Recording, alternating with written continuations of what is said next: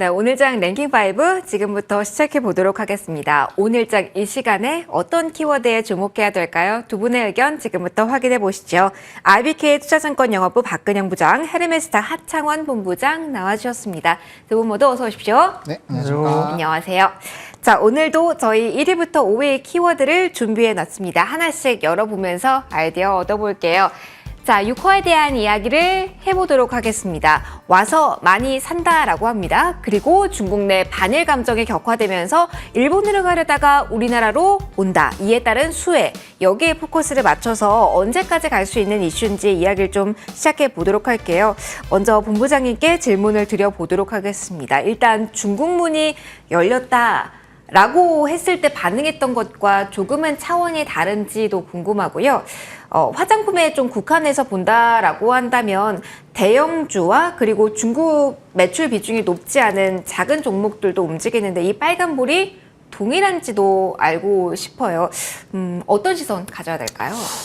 일단은 이 중국 단체 관광객 부분에서는 저는 긍정적인 생각을 하고 있고요. 사실 제가 좀 일이 있어가지고 네. 전거래일에 그러니까 전일에 인천공항을 한번 갔다 왔어요. 어떻습니까? 사람이 사람이 엄청 네, 많아요? 엄청 많더라고요. 네. 그래서 제가 갔었던 시간대가 한 4시부터 한 7시 정도에 네. 둘러보다가 왔는데 사람이 일단은 되게 많았다. 그러니까 저도 한 2달 전쯤에 외국 나갈 일이 있었는데 그때 잠깐 갔다 오긴 했지 그때보다 사람이 더 많더라고요. 그래서 이게 수요도는 상당히 좀 많이 늘어나고 있구나. 그리고 명동도 이제 바로 방송국도 옆에 있다 보니까 보면은 이전보다 사람이 확실히 좀 많아졌거든요. 그래서 이게 이제 좀 눈에 보이는 사람 숫자가 물론 하루하루 다를 수가 있겠지만 어쨌든 달라지고 있구나 정도는 좀 느낄 수 있는 그런 하루이지 않았나 싶어가지고 일단 그런 부분에서 본다면 충분히 좀 기대를 할 수 있는 상황이고 이런 뉴스들도 상당히 많이 나와 있잖아요. 면세점을 싹 쓸었다. 네.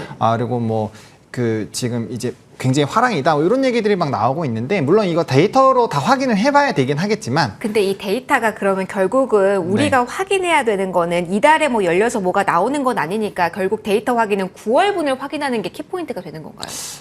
근데 이제 Q단으로 보는 게 가장 확실하기는 한데 네네. 분기별로 쿼터별로 보는 게 가장 확실하긴 한데 어쨌든 이제 매월 데이터 수출 데이터라든지 이런 것들을 좀 보게 돼도 아무래도 그런 거에서 좀 예측은 해볼 수 있지 않을까라는 생각이 들어서 일단 가장 좋은 거는 이제 그 자주 오는 지역들을 살펴보는 거죠. 그래서 한번 둘러보는 게 가장 좀 좋지 않을까 싶고요. 어쨌든 늘어나는 구조인 것은 맞다. 그래서 인바운드 쪽에서는 면세라든지 카지노 그리고 저는 미용 의료기기 쪽을 먼저 봐야 된다라고 보고 있고요. 또 화장품 쪽으로 좀 나눠서 본다라고 한다면 이제 색조 ODM 쪽, 그러니까 색조 쪽과 그다음에 중국 관련된 부분으로 나눠야 되는데 중국 화장품 쪽은 항상 후순위 좀 밀어놓으시는 게 맞지 않을까 싶습니다. 일단 이 실질적으로 카드 사용이나 이런 거 보시더라도 아마 미용 의료기기 쪽으로 더 많이 넘어갈 확률이 좀 높고요. 그다음에 어쨌든 실적으로 보게 됐을 때 이게 얼마나 또 연속성이 있게 좋아지는지를 살펴봐야 되는데 어쨌든 간에 인바운드이기 때문에 중국발과 연관이 큰 쪽보다는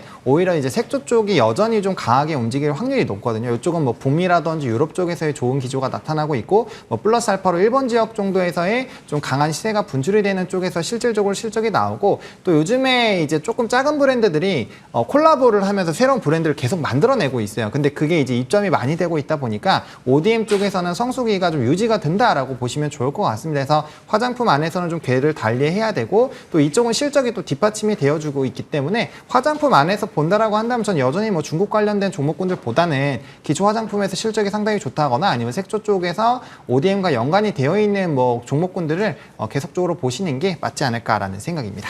그러면은 아모레 퍼시픽을 대표적으로 본다고 하면 본부장님 이쪽 종목군과 같은 경우는 테마성이 지금은 짙다. 그리고 시세가 나왔을 때 챙겨야 된다라는 쪽이 강력하다는 건가요? 아모레 퍼시픽보다는 LG생활건강 쪽이 좀 그렇다고 생각하고 있고요. 아모레 퍼시픽도 요번에 이제 북미나 유럽 지역에서의 좀 이런 비율이 많이 높아지고 있는 그런 상황이거든요. 그러니까 점유율 자체를 좀 바꾸고 있기 때문에 아모레 퍼시픽은 그런 관점에서 본다라고 한다면 한 15만 원 라인까지는 상방 열어놓고 일단 좀 보실 필요가 있을 것 같고 추가적으로 더 이 부분을 뛰어넘기 위해서는 구체적으로 이제 이런 점유율적인 변화와 구체적인 실적이 보다 더 찍혀야 그 이상으로 좀 갈 수 있지 않을까라고 보고 있기 때문에 중국 안에서도 지금 비율이 달라지는 종목군들은 조금은 다르게 보셔야 되지 않을까라고 생각을 하고 있습니다. 알겠습니다. 관련된 이야기까지 들어봤고요. 부장님과 이야기 좀 이어가도록 할게요. 쿠쿠와 같은 밥솥 쪽도 좀 봐주세요, 부장님. 네. 궁금한 건 뭐 사실 뭐 오늘 새로 나온 뉴스는 아닌데 오늘 좀 이 뉴스가 많이 시황에서 회자가 되곤 있는데 중국 관광객이 많이 산다라고는 하는데 오전에 찍고 정말 윗꼬리가 대부분 길게 달렸거든요. 네. 이슈의 강한 반응이 오전에 나왔다가 오후에 윗꼬리가 달렸다라고 한다면 조금 다른 대응이 필요한지 어떻게 봐야 되는지 궁금하네요. 네, 뭐 밥솥 많이 팔린다는 게 지난주 금요일 정도였나? 목금 정도의 이야기가 네. 나왔었어요. 뭐 6배 정도 늘었다고 나오는데요. 이제 헤드라인 보면 6배로 늘었다고 보는데 이제 물량을 보면 예를 들어서 한 10개 팔다가 한 60개 정도 팔면 6배가 될 수도 있잖아요. 네네, 그렇죠. 그러면 이제 절대적인 규모로 봤을 때 이게 6배라는 의미가 과연 이제 의미 있는 숫자이냐 아니냐를 좀 확인은 해야 되겠죠. 뭐 화장품처럼 물량을 많이 내는 것도 아닐 수도 있는데요. 밥솥 관련된 부분들이 이제 제가 지난주 후반에 밥솥 이야기가 나올 때 예전에 처음에 우리가 이제 중국 관련된 이슈가 불거지면서 화장품 막 급등할 때 마지막에 이제 밥솥 이야기까지 나오면서 뭐 송중기 씨도 뭐 선전도 하고 막 이러면서 한때 이제 그 테마주로서도 밥솥이 이제 뒤에 날아갔던 이야기가 있는데 역시 이제 그 순환 사이클이 또 온 거냐 싶을 정도로 약간 웃음을 좀 약간 저도 이제 머금었습니다. 왜냐하면 이제 이게 결국 화산품 돌다 딴 거 오다 보니까 밥솥까지 오긴 왔어요. 근데 이제 실제 지금 오늘 같은 경우에 중국인들이 현지인들이 한국 가서 뭘 사올 것인가를 추천하는 항목 중에 1위에서 5위까지가 좀 이야기가 회자되는 게 있는데 그래도 1위가 아직까지는 화장품인 것 같고요. 네. 두 번째로는 지금 김이라고 그럽니다. 김. 한국 김을 굉장히 중국인들이 많이 선물용으로 그렇군요. 굉장히 좋아하는 것 중에 2위로 올라왔다 그러고 세 번째로는 전기 밥솥과 홍삼 정도가 3위에 올라와 있긴 했어요. 그러니까 홍삼이나 전기 밥솥도 꽤 그래도 산다고 좀 봐야 되겠고요. 4위가 과자, 5위가 담배 정도로 보인다고 합니다. 그러니까 의미가 있는 3위 정도라면 홍삼과 밥솥은 그래도 좀 의미가 있는 카테고리 안에 들어간다 보여야 되겠죠. 근데 이제 7월 달 한국 면세점 같은 경우는 약간 뭐 역성장적을 좀 했습니다. 이게 면세점 시장 규모가 약 뭐 1조 정도 규모로 전월 대비해서 7.5%나 6월 대비해서 조금 면세점 자체로는 좀 주춤은 했습니다. 근데 결국은 이번에 이제 그러니까 반일 감정이 좀 어느 정도 생기면서 일본 제품에 대한 불매 운동 같은 이야기가 나오고 이제 약간의 거기에 대해서 소설을 좀 쓰기 시작하죠. 그러면 일본을 안 가면 한국으로 올까? 뭐 이럴 때는 소설이 좀 있는 거예요. 근데 실제 올지 안 올지는 봐야 돼요. 욕하면서 갈 수도 있어요. 그런데 결국 그거는 이제 데이터를 추후에 좀 봐야 되는데 현재 주가는 일단은 한국 면세점 관련해서 6월달 대비 7월이 좀 역성장했음에도 불구하고 이에 대한 기대감을 시장에서 선반영하고 있다라고 볼 수 있습니다.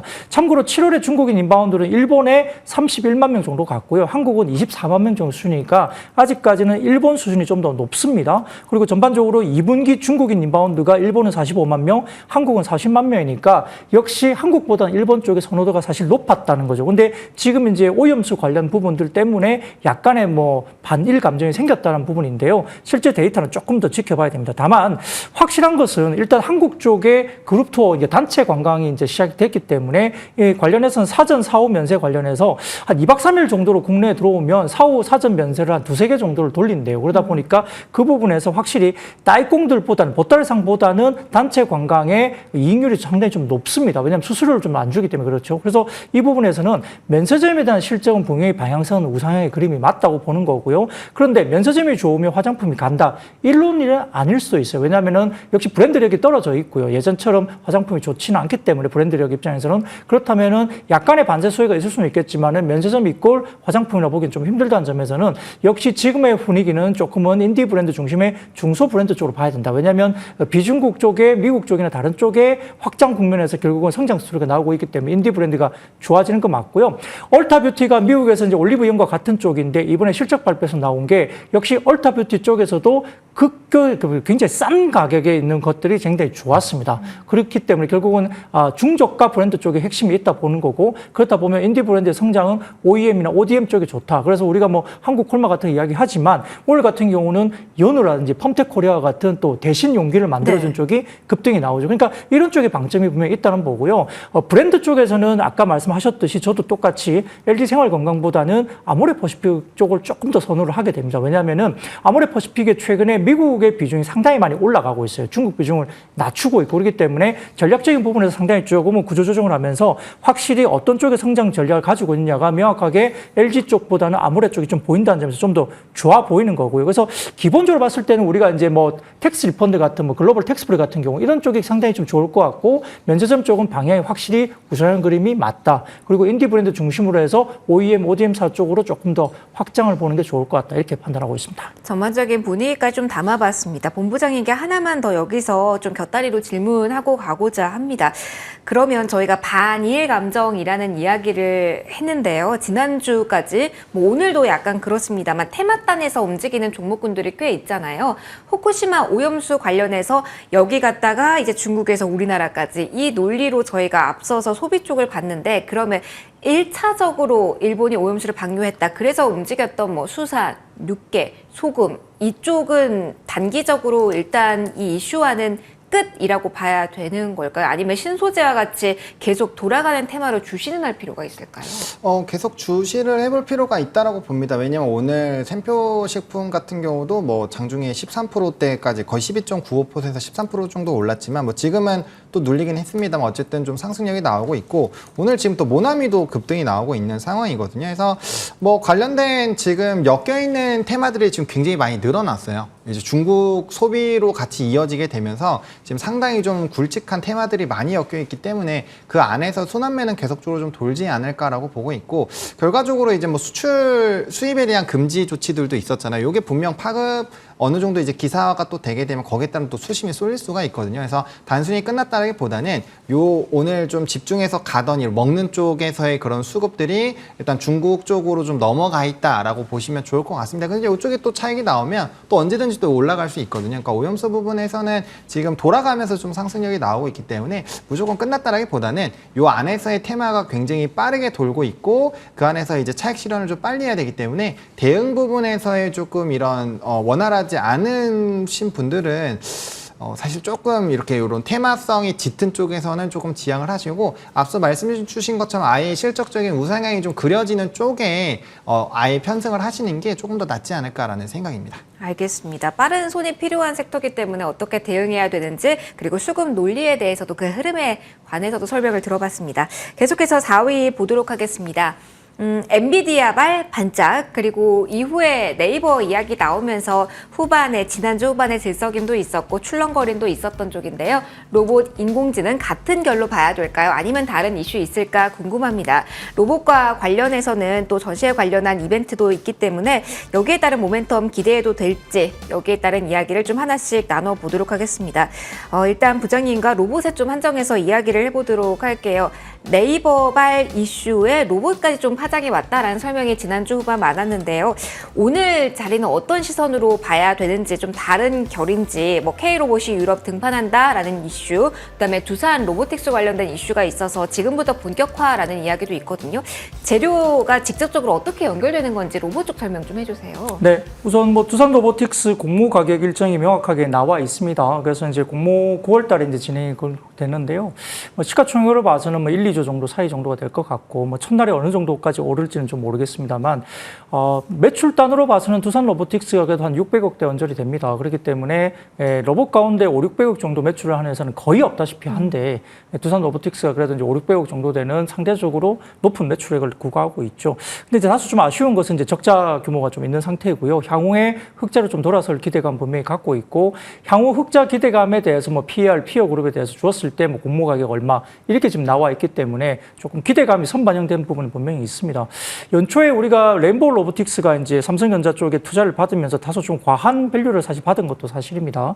뭐 작년에 뭐 올해는 물론 이제 봐야 되겠지만 작년 기준 영업이익이 16억 정도인데요. 시가총액이 3조 가까이 올랐으니까 어떻게 보면 정말 수급 말고는 설명할 길이 없는 주가이었죠. 그렇기 때문에 이런 부분들에 대한 부분들이 조금은 선반영된 것이 좀 과하게 일정 부분 있었던 것도 있고 다만 이제 로봇에 대한 성장에 대한 그림 그림이 여전히 뭐 유효한 것은 사실이죠. 서비스 로봇뿐만 아니라 협동 로봇들도 마찬가지고 성장성이 분명히 있고 약간의 AI로 넘어가서 본다면 루노나 뷰닉 같은 경우도 상당히 매출 단위 크지는 않았습니다만 몇 년 사이에 매출 볼륨 증가가 몇 배씩 늘어나는 부분들이 보였거든요. 그러다 보니까 상당히 높은 주가 수익률을 또 내는 그런 쪽으로 수급이 또 몰렸다 볼 수도 있습니다.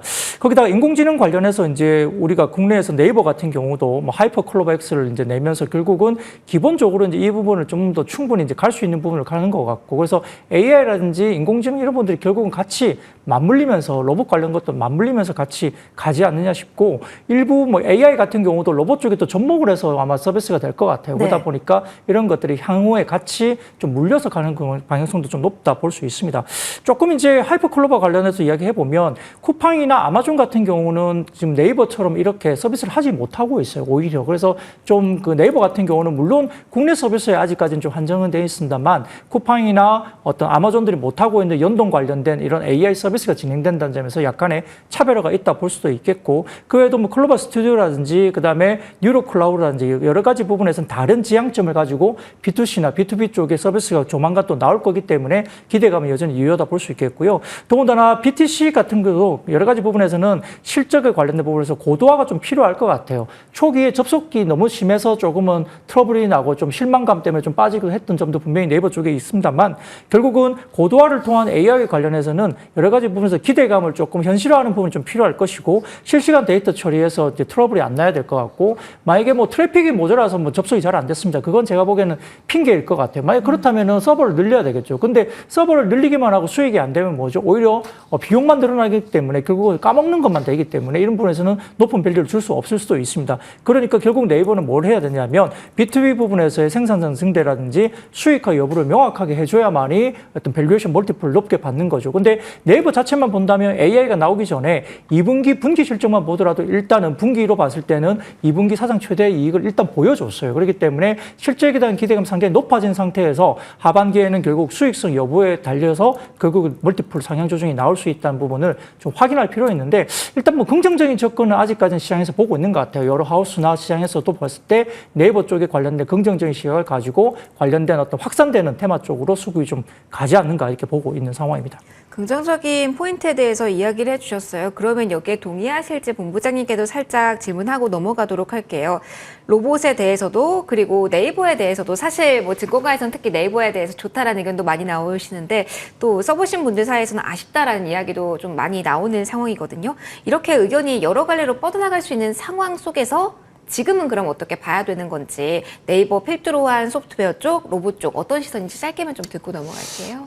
일단은 뭐 로봇 쪽은 긍정적으로 보고 있고요. 뭐 두산 로보틱스 IPO를 제외하더라도 뭐 출산율이나 이런 인건비 관련된 이슈가 계속적으로 부각이 되고 있기 때문에 일단 뭐 협동 로봇을 중심으로 좀 이벤트가 계속적으로 좀 되지 않을까라고 생각하고 있고요. 뭐 조금 일부 섹터이긴 하지만 증설 움직임들이 계속적으로 나타나고 있기 때문에 뭐 자동화 설비 쪽에서도 최근에 로봇이 굉장히 좀 많이 활용이 되거든요. 그래서 그런 부분에서는 좀 상당히 긍정적이다. 그래서 좀 아쉬운 건 앞서 말씀해 주신 것처럼 로봇 관련된 기업들이 뭐 매출이나 영업이익 단에서의 절대적인 수치를 봤을 때 이게 좀 좋은 기업들이 이렇게 많지 않기 때문에 시총에 대비했을 때는 뭐 상당히 낮죠. 그러니까 그런 부분에서 이제 실적이 얼마나 가시화되는지가 결국에는 좀 핵심 트리거가 되지 않을까라고 보고 있는데 뭐 장기적인 관점으로 봤을 때는 좀 굉장히 좀 우상향을 하지 않을까라고 보고 있는 상황이고요. 소프트웨어 쪽은 조금 고민이 되는 부분은 있습니다. 네. 일단 뭐 이제 생성형 AI 쪽이 계속적으로 발달이 될 거기 때문에 뭐 그러한 관점에서 본다면 뭐 앞서 말씀해 주신 것처럼 네이버는 이번에 실적이 또 좋아지고 있는 상황이어서 그러한 기조만 유지가 된다라고 한다면 또 이제 이 디지털 플랫폼에 대한 수출 기대감도 좀 일부 있는 상황이거든요. 그러니까 그런 것들이 가시화가 되면 또 다시 한 번에 좀 평가를 받을 수 있지 않을까라는 부분이 있어서 지금 주가가 어느 정도 또 조금은 내려와 있는 상황이기 때문에 뭐 가격적인 부분에서는 크게 부담은 안 되는 것 같고요. 최근의 기대감에 비해서는요. 그리고 이제 또 관련된 AI 이런 뭐 소프트웨어 기업들 같은 경우는 사실상 이 네이버랑 같이 엮여서 움직임이 나오기는 했습니다만 대표적으로 솔트록스 같은 경우는 일단 B2B라든지 금융기관 쪽에서의 이런 뭐 이제 구독경제화가 잘 되어 있는 상황이고 뭐 오늘 또 국회 AI 들어간다 뭐 이런 이벤트에 또 영향을 받아서 솔트록스는 또 급등이 나왔거든요. 그래서 관련된 연관된 종목군들을 조금은 별개로 보실 필요가 있지 않을까라고 좀 정리를 드리겠습니다. 그쪽이 조금 더 대응은 까다롭긴 하네요. 여러 포인트들도 네. 들어봤습니다. 네. 자, 경기 민감주 다음 키워드로 준비되어 있습니다. 경기 민감주에 대한 내용은 저희 하창한 본부장님과 진행을 좀 해보도록 할게요. 3위 속도 내서 가보도록 하겠습니다. 경기 민감주의 범위가 넓은데요. 사실 오늘은 실적 기대감으로 분기 실적 발표 전에 올랐다가 쉬어간 쪽에 대해서 좀 포커스를 맞춰보고자 합니다. 일단 본부장이 전반적으로 경기 민감주에 쌓여 있었던 그 매크로 측면에서의 우려는 이제는 살짝 벗어났다라고 볼 수 있는 상황일지부터 이야기해 주세요. 벗어났다라기보다는 약간의 뭐 시간이 조금 필요해진 느낌이랄까요? 왜냐면은 일단은 조금 시장이 과하게 잭슨홀에서의 이런 부담감을 좀 표현했거든요. 뭐 사실 작년과는 완전 상황이 다른 상황이었음에도 불구하고 올해도 엄청나게 강력하면 어떡하나 약간 이 부분에서의 좀 이슈가 부각이 좀 되지 않았나라고 보고 있는 상황이고요. 근데 이제 민감주들 중에서도 사실상 산업의 분위기가 상당히 다르기 때문에 조금 나눠서 봐야 되지 않을까라고 생각을 하고 있습니다. 그래서 일단은 뭐 한 차례 정도 그래서 이제 이번에 목요일 금요일에 나오는 뭐 이제 소비자 지출 PC 지표라든지 뭐 이제 고용 지표 이런 것들을 계속 좀 체크를 해봐야 될 것 같고요. 일단 그 기조 자체가 얼마나 우하향을 유지를 하는지 그리고 이 고착화에 대한 부분들에서는 조금은 생각을 해볼 필요가 있을 것 같고 또 이제 미국의 뭐 장기 금리채 뭐 장기 금리에 대한 이런 부분들 여전히 4.2 이상을 좀 유지를 하고 있는 상황이기 때문에 일단 그런 것들이 좀 꺾여줘야 좀 약간의 부담감들이 좀 해소가 되지 않을까라는 생각이 있습니다. 그러면은 실적 기대감을 안고 강하게 움직였다가 기간 조정의 폭이 좀 길었던 쪽은 어떻게 보시는지 궁금해요. 개별적인 악재까지 있어서 하나오션과 같은 경우는 많이 떨어진 상태에서 오늘 10일 거래일 만에 반등 나오는데 오늘 아직까지 펀더멘털 측면에서 긍정적인 평가 나오는 경기 민감주 오케이인가? 라는 생각들 고민들 많이 하실 것 같은데요. 일단 저는 뭐 조선주는 상당히 계속 긍정적으로 보고 있습니다. 이전에 좀 조정 나오기 전에 고가 부분에서는 이제 단기적으로 보시는 분들은 한번 좀 차익을 해보셔도 괜찮을 것 같다. 근데 뭐 중장기적으로 간다라고 한다면 오히려 눌리면은 좀 추가 매수를 하고 뭐 굳이 홀딩을 하셔도 상관이 없다라고 좀 말씀을 드렸고요. 조선업 같은 경우는 뭐 하나오션은 말씀을 안 드리긴 했지만 현대미포조선이라든지 뭐 삼성중업 같은 경우는 저점 부분에서 상당히 좀 많이 맞아요. 말씀을 좀 드리긴 했었거든요. 근데 이제 조선업 같은 경우는 특히나 좀 긍정적으로 보고 있는 게 일단 국제회사기구에서 계속적으로 환경 규제를 좀 강화를 하고 있는 상황입니다. 그러다 보니까 이제 노후 선박이라든지 이런 쪽에서는 교체를 할 수밖에 없는 상황이고 특히나 이제 LNG선에 대한 수요가 많이 높아지고 있는 상황이거든요. 뭐 컨테이너선이라든지 이런 좀 고부가 선들에 대한 수주들이 늘어나고 있다라는 점, 그런 쪽은 또 우리나라 수주량이 상당히 좀 높다라는 점. 뭐 단점 같은 경우는 이제 후판 가격에 인상이 될 수 있는 부분이라든지 뭐 인력 부분에 대한 부분인데 뭐 사실상 이런 것들은 지금 원자재 가격이 좀 안정화가 되고 있는 상황이기 때문에 후판 가격 뭐 한 번 정도 올라갈 수 있다라고 좀 보고 있는 상황이고요. 뭐 인력난 같은 경우 사실상 시간이 좀 해결해야 되는 부분이기 때문에 뭐 그런 것들을 제외하고 나면 헤비테일 산업이고 이제 작년부터 계속 흑자 전환 얘기가 나왔는데 그게 이제 올해 됐단 말이죠. 그러면 앞으로 가면 갈수록 실적에 대한 이런 반영치는 좀 좋아질 수 있는 상황이고 뭐 일부 기업에 한해서 좀 수주량이 많이 달라지고 있기는 하지만 사실상 수주 목표량이 뭐 2배 이상도 달성한 그런 회사도 있는 상황이기 때문에 앞으로의 이런 조선업을 좀 장기적으로 본다라고 한다면 뭐 현재 시점에서는 충분히 좀 긍정적으로 여전히 보실 수 있지 않을까라고 생각을 하고 있습니다. 본부장님 그러면은 경기 민감주 전체 섹터 내에서 본부장님의 탑픽을 조선 쪽이라고 봐도 되는지 뭐 사실 뭐 위치상으로 본다면 오늘 악재에도 오랜만에 올라가는 건설도 있기도 해서 네네네. 정말 아래쪽의 종목을 지금 봐야 되는지 아니면 주춤했던 쪽을 봐야 되는지 헷갈리실 것 같아요. 저는 뭐 건설보다는 보다는? 그래도 조선이 네, 더 좋다, 훨씬 좋다라고 생각하고 있습니다. 지금 구간에서는 훨씬 더 매력적이다. 하반기에 대한 모멘텀에 대해서도 설명을 좀 받아봤습니다. 경기 민감주 3위에서 이야기해봤고요. 2위로 넘어가도록 하겠습니다. 2차 전지주에 대한 이야기 부장님과 진행을 좀 해볼 겁니다. 오늘은 좀 잠잠합니다. 이 잠잠함을 어떻게 봐야 되는지 궁금해서요. 부장님 알려주세요. 오늘 상당히 뭐 좁은 범위 내에서 잔잔하게 움직이는 쪽이 많잖아요. 이게 수급적으로 중국 소비에 대해서 지금 우르르 몰려가서 그런 건지 그렇다면 오늘 자리에서 2차 전지에 대한 시선을 어떻게 주는 게 좋을지 일단 단기적으로 좀 짧게 봤을 때 궁금합니다. 네, 뭐 최근에 2차 전지가 좀 주춤한 이유는 QE 증가를 확인하고자 하는 욕구가 좀 심하게 지금 이야기가 되는 것 같아요. 그래서 지난번 한번 말씀드렸지만은 7월 달 기준으로 봤을 때는 6월 기준으로 봤을 때 양극재 같은 경우에는 청주 지역, 그러니까 에코프로 그룹이 있는 쪽에서는 약 한 37% 정도 MOM, 그러니까 6월 대비 7월이 Q가 증가했고요. 아마 월별 단위로 봐서 역대 최고치까지 나왔던 것 같습니다. 그래서 최근에 판가 부분이 좀 빠지는 부분, 리튬 가격이 빠지면서 다소 좀 주춤할 수 있는 부분들을 Q의 증가로 메이크업을 했기 때문에 에코프로 그룹이 아웃퍼폼을 일단 했던 상황이었고요. 다만 이제 대구 지역 같은 경우는 LNF가 다소 조금은 13% 정도 6월 달보다는 조금 증가하면서 조금 아쉬운 성적이 나왔습니다. 그리고 3분기에 테슬라가 물량을 좀 줄인다는 이야기는 이미 했기 때문에 네. LNF가 다소 좀 아쉬운 흐름이 있었죠. 근데 오늘 같은 경우에는 또 LNF가 올라갑니다. 이게 궁금해요. 이런 이슈는 아마 수급적인 부분이 좀 더 강할 것 같은데 아마 이제 거래소의 이전이라든지 이런 부분들이 좀 영향을 미치고 있는 것 근데 같아요. 포스코 DX랑 LNF랑 지난주 금요일부터 이 이전 이슈 가지고 강하게 네, 움직이잖아요. 맞아요. 예, 예. LNF가 조금 더 그런 메리트를 가진 구간일까요? 메리트가 좀 더 있다고 보기엔 좀 힘들어요. 어차피 뭐 수급적인 이슈나 이런 것들은 뭐 거래소 이전이 똑같이 뭐 병행된다고 한다면 같은 이슈로 보는 게 좋을 것 같은데요. LNF가 유달리 좀 오늘 올라가는 것은 디스카운트 부분에서 조금 아쉬운 부분이 분명히 나왔던 종목이고 3분기 숫자도 좀 보수적으로 봐야 되는 종목이었는데 오늘은 좀 심하게 튀어가는 모습은 결국은 약간의 수급적인 이전 상장 관련된 부분들이 조금 현실화되고 있고 회사도 조금은 공개적으로 이전 상장 이야기를 하고 있는 상황이기 때문에 네. 그 모멘텀이 좀 더 크게 작용하지 않나 싶고요. 2차 전지 전반적으로 소재가 좋다고 한다면 오늘 뭐 에코프로 그룹도 당연히 같이 올라줘야 되는데 에코프로 그룹은 조금 주춤하고 소폭 마이너스로 지금 가고 있는 부분들이 눈에 띄죠. 결국 이제 오늘 S&E 리서치에서 자료가 나오는데 아마 리튬 가격이 쇼티지에서 다소 좀 공급 부위로 넘어갈 수 있다. 그리고 리튬 가격의 하향 안정화가 기대된다는 이야기가 S&E 리서치 자료가 오늘 발간이 됐습니다. 굉장히 긴 리포트인데 뭐 그 자료를 서머리하면 대략적으로 그렇습니다. 그래서 쇼티지 국면에서 하향 안정화되면서 리튬이 공급 부위로 간다는 쪽의 이야기가 나온 상황에 리포트가 좀 발간이 됐고 그러다 보니까 다소 조금은 탄산 리튬이 약간의 뭐 빠진다 하더라도 국내 양극재 같은 경우는 사실은 수산화 리튬이 더 중요하거든요. 근데 이제 탄산 리튬이 계속적으로 가격이 빠지고 안정화돼 버리면 수산화 리튬이 또 많이 튀기는 조금 쉽지는 않습니다. 가격은 별개입니다. 그래서 우리 쪽은 수산화 리튬이 좀 더 중요하긴 한데 아무튼 탄산 리튬 가격 중심으로도 기존에 60만 위안 정도까지 중국 시장에서 갔다가 19만, 18만 위안까지 빠졌다가 다시 30만 위안대로 올랐다가 지금 20만 위안 정도 초반 정도 때까지 다시 빠졌거든요. 그러다 보니까 3분기 리튬 가격 하락에 따른 판가가 역시 2분기보다는 3분기가 좀 더 빠질 가능성이 있어요. 양극재 쪽은. 그러니까 Q의 증가가 이제 나오지 않으면 다소 조금은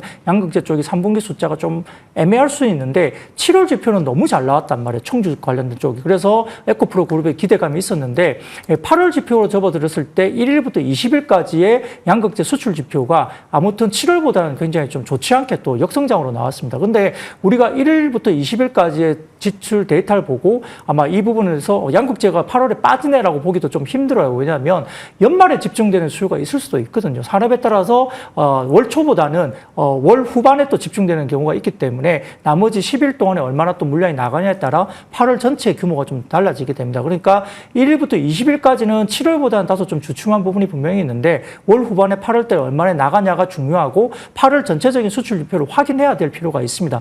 만약에 7월과 더불어서 8월도 견조하게 나간다고 한다면 3분기는 Q의 증가가 확실히 2분기보다 높아지기 때문에 실적이 굉장히 좋아질 수 있고요. 에코프로 그룹은 2분기 대비 3분기가 출하량이 한 20% 정도는 증가할 것이라고 레퍼런스를 줬거든요. 그렇기 때문에 그걸 충족하게 된다면 주가는 크게 빠지진 않을 거예요. 그래서 Q의 증가가 좀 더 그것보다 더 낮게 좋게 나온다고 한다면 아마 주가는 다시 리바운딩 국면으로 갈 수도 있습니다. 그래서 결국 핵심은 Q의 증가가 있고 3분기가 좀 주춤하더라도 4분기 정도부터는 본격적인 이런 모델들이 또 나오는 시기이기 때문에 4분기에 Q의 증가는 좀 있을 걸로 저희는 보고 있어요. 그래서 3분기가 관건이긴 한데 결국은 3분기가 혹시 좀 주춤한다 하더라도 4분기에 Q의 증가가 나올 수 있다는 점에서는 양극재 부분에서 그 부분이 아마 핵심이 되지 않을까 생각하고 있습니다. 2차 전지 핵심 포인트까지 들어봤습니다. 이제 대망의 1위 체크를 해보도록 할까요? 오늘 어떤 재료를 봐야 될지 그리고 연속성이 궁금하실 1위 이야기 해보도록 하겠습니다. 소형 원전 처음으로 누가 하냐 이게 관건이다라는 이야기 나오고 있습니다. 어찌 보면 이 이슈가 가장 큰 재료라고도 할 수 있을 것 같은데 여기만 본다면 계속 봐도 될까요? 오늘 본부장님과 원전주에 대한 이야기 해보도록 하겠습니다. 뉴스에 원전이 반응이 안 나오다가 오늘은 좀 반응이 세게 나오고 있거든요. 이 수주에 대한 모멘텀을 가지고 조금 더 갈 수 있을지 오늘까지 지금 이렇게 흘러온 원전주 하루 동안 어떻게 보셨는지 일단 궁금합니다. 저는 일단 원전주 같은 경우는 좀 정말 구체적인 그런 수주안이 나오지 않으면 일단 급등을 했을 때 조금씩 좀 정리를 하는 게 맞다라고 생각을 하고 있습니다. 그래서 오늘 뭐 서전기전이라든지 뭐 오르비트 거의 상한가 근처까지 올라와 있는 상황인데 네. 뭐 해당 종목군들이 장 막판까지 빠지지 않는다라고 한다면 일단 다음 거래일까지는 좀 보셔도 될 것 같고요. 그게 아니라 이제 상한가 막 풀리고 막 20% 이상으로 이하로 떨어지기 시작하면은 일단 빠르게 좀 익절을 하시는 게 좀 맞지 않을까 싶습니다. 근데 오르비텍이 사실 방사능 이슈랑 묶인 게 아닌지 이걸 원전 기술로 봐야 될지 그쵸. 아니면 이걸 네. 봐야 될지를 좀 헷갈릴 것 같아요. 사실 오전에 오르비텍과 우진이 조금 상승력이 나온 거는 네. 저는 이제 오염수 쪽과 연관이 있다라고 좀 생각을 하고 있거든요. 근데 지금 뭐 서전기전이라든지 뭐 한신기계 뭐 기타 이제 대표적으로 뭐 G2파워 이런 종목군들 이제 원전 이슈가 나오면 좀 급등을 하는 소형주들인데 이 종목군들이 뭐 대거 지금 상승력이 나오고 있거든요. 근데 원전 같은 경우는 이전에 이제 정책발 모멘텀으로 조금 이제 대선 때 이슈가 됐을 때는 지속적인 좀 우상향이 나왔지만 그 외에서는 사실상 굵직한 항상 이런 얘기들은 나오지만 뭐 결과치로 수주가 결과적으로 진행이 되거나 이런 데까지는 이게 오픈이 잘 안 되다 보니까 단순 기대감으로 빠르게 좀 빠지는 경향들이 많이 있거든요. 그래서 원전 같은 경우는 이제 후반에 이렇게 따라 잡으면 잡을수록 사실상 좀 발목을 잡힐 확률이 상당히 높기 때문에 지금 시점에서는 좀 단기적인 관점으로 보시는 게 맞지 않을까 싶습니다. 지금 뭐 여러 가지 이슈가 시끄럽거든요. 뭐 이거 지금 뭐 SMR 관련된 부분도 있고 뭐 체코 관련된 부분도 있고 여러 가지 이슈들이 지금 또 부각이 되고 있는 상황이기 때문에 오히려 급등 나왔을 때 정리하고 다시 눌렸을 때 사는 이런 방향으로 원전은 지금 그런 식으로 좀 대응을 하시는 게 저는 개인적으로 맞지 않을까라는 생각입니다. 그러면 조금 사이즈가 큰 종목과 같은 경우도 올해 여론 이슈에 눌렸다라면 오늘장에 조금 비중을 줄일 기회라고 보시는지. 사실 건설주 가운데 현대건설이 많이 고전을 했는데 원전주로 묶이면서 오늘 반응 자체는 강하게 나오거든요. 이렇게 아직 매수가까지 분명 많이 안 왔을 텐데 이런 종목들 역시 조금은 줄이는 기회로 활용을 해야 될까요? 대형주 같은 경우는 사실상 뭔가 이렇게 뭐 크게 대응을 하거나 이런 정도로 올라갔다라고 보기는 어렵기 때문에 그쪽보다는 아마 소형주 쪽에서의 조금 이런 낙폭이 크셨던 분들, 마이너스가 좀 심했던 분들은 그런 분들에 한해서 뭐 이제 다음 거래까지 앞서 말씀드린 대로 이제 종가상의 움직임을 보시고 그 다음에 좀 대응을 해보시는 전략으로 하시는 게 맞지 않을까 싶습니다. 대형주는 지금 올라간 폭 자체가 작아서 네. 뭔가 대응을 하라고 말씀드리기가 상당히 좀 난해합니다. 네. 그러면 정리를 그냥 오늘 원전 쪽 움직이는 것은 테마의 영역에서 짧게 들어가고 나와야 되는 영역으로 정리를 해도 될까요? 네, 일단은 뭐 구체적으로 정말 딱 수주 실적이 딱 찍히는 그런 이벤트가 없다라고 한다면 일단 뭐 이벤트 플레이로 보시는 게 맞지 않을까 싶습니다. 알겠습니다. 마지막 1위 원전에 대한 이야기까지 해봤고요. 벌써 오늘 저희 마무리할 시간입니다. 오늘 여기까지 1위부터 5위 키워드를 확인해봤고요. 지금까지 IBK 투자증권 영화부 박근영 부장, 헤르메스타 하창환 본부장 두 분과 함께 시간 끌어봤습니다. 소중한 말씀 고맙습니다.